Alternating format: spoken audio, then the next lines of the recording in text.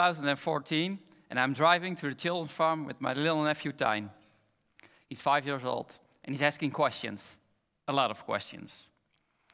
When I'm looking for a parking space and trying to focus on all the running children around the car, he asks me, Uncle Niels, what kind of work do you do?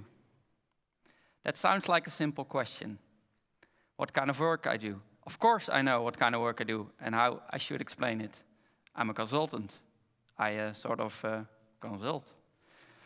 Normally I would words like strategic, mission, vision, consultancy, and other management terms. But that was, of course, not the answer I was going to give him. How could I explain to a 5-year-old what kind of work I do? Later that day, but also later that week, I was thinking about this question quite a lot. And I realized how powerful this question was.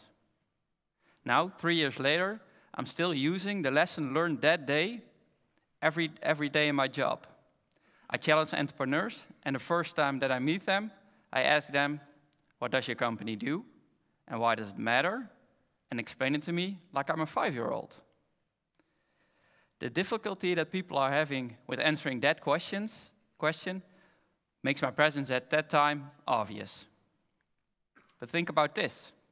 How many times does somebody ask you a difficult or even a simple question, but you just sort of let it slide because you're busy or trying to look busy or think you are? Guess what? It's not about the questions and it's not about the answers, but those are all opportunities to learn. Because we can learn everywhere and anytime. Go to Google and see for yourself. Apparently, people are learning from living on a nuclear submarine or even with a Navy SEAL. Those are all opportunities to learn, and they are sharing them. My own learning challenge. When we look back at the learning challenge with my little nephew, it was very simple. But looking at my education path, I never really learned how to process these kind of learning experience the right way. And looking ahead at the future of my education, it's all about lifelong learning. Everybody is convinced that lifelong learning is the key to be and to stay successful. I'm not that convinced. Because the concept of lifelong learning isn't new, and we aren't doing much better than, for example, 8 years ago. Yes, we're doing better than average EU countries, but if you look at all the time, money, and energy we invest in it, we're having really troubles with lifelong learning. Learning at our workplace. Nevertheless, we are learning at our workplace. If we look at the spend and the learning effects, most of our budget goes to formal learning, but the effects of informal learning are way higher. So the informal learning is a really learning machine at our workplace. But guess what? Learning doesn't stop at your workplace, or in a classroom, or in a school. With informal learning, there are no boundaries. Your home, the neighborhood park, the community, the whole world can be your classroom. Or even when you go on a field trip to the children's farm with your little nephew. But like I said, we're having some challenges with the lifelong learning concept. And that's because it's based on our traditional educational system, where we have a lot of focus on the formal side of learning, and it's way too much institutionalized. Second, it's all about finance and about responsibility, and a discussion about both. Third, it's all about the transfer of science and of knowledge. But imagine, what if? What if learning is a natural way of living and isn't forced to time or location? What if learning is always made to measure for you as an individual, on your own pace and matched with your own style of learning? What if learning is just about the ability to be adaptive? Maybe sounds unattainable, but I'm convinced it's not. We need to grasp the opportunities to more forms of informal learning. The concept of a life-lived learning, like I said, it's more a natural way of learning. It's based on the learning as an individual, and it's about the ability to be adaptive. The power of the concept of a lifelong learning is that people are prepared for what's next, whatever next would be or even look like. To achieve that, it's important that we learn to learn. We really need to be conscious of our learning process. Like I told you before, in my own education, I never really learned the informal learning experience. Today, I would like to talk about a concept with 4 steps that are very important to be conscious about your own learning process and can be very, very helpful with that. The first is the experience itself.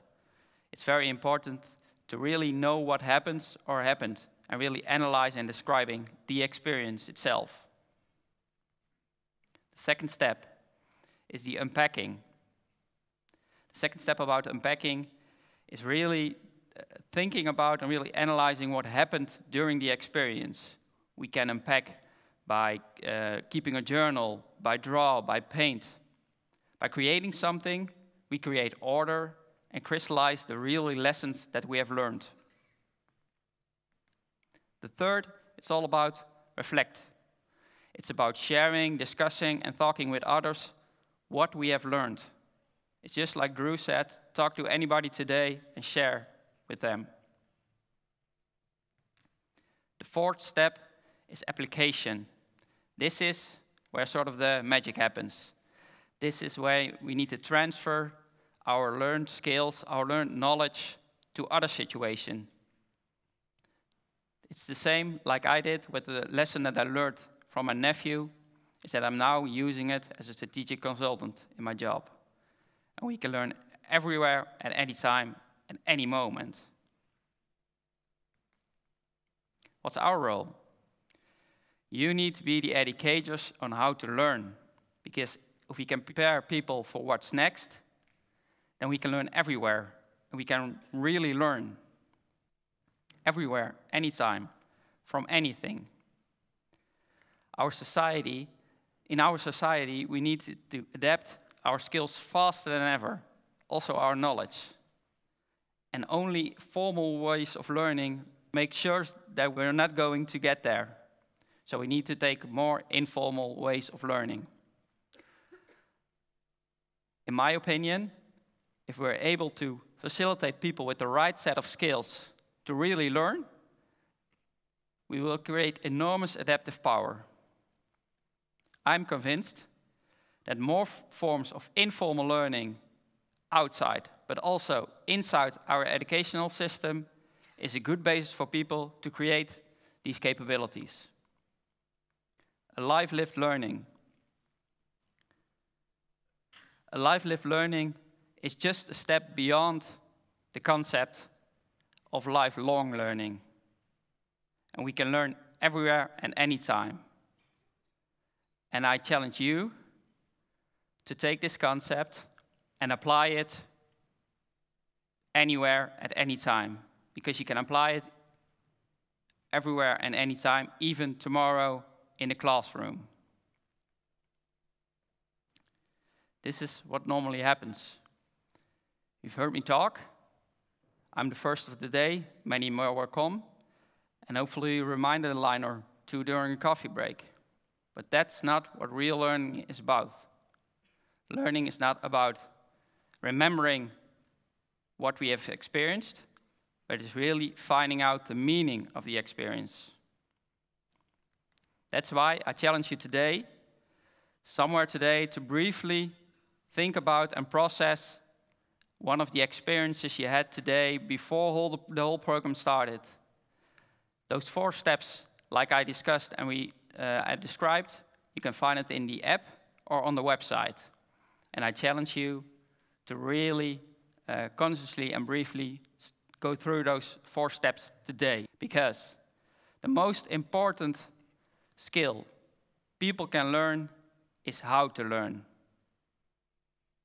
And you can apply that anywhere and anytime. Thank you for your trust and for your attention, and I will hope you have valuable learnings during this day. Thank you.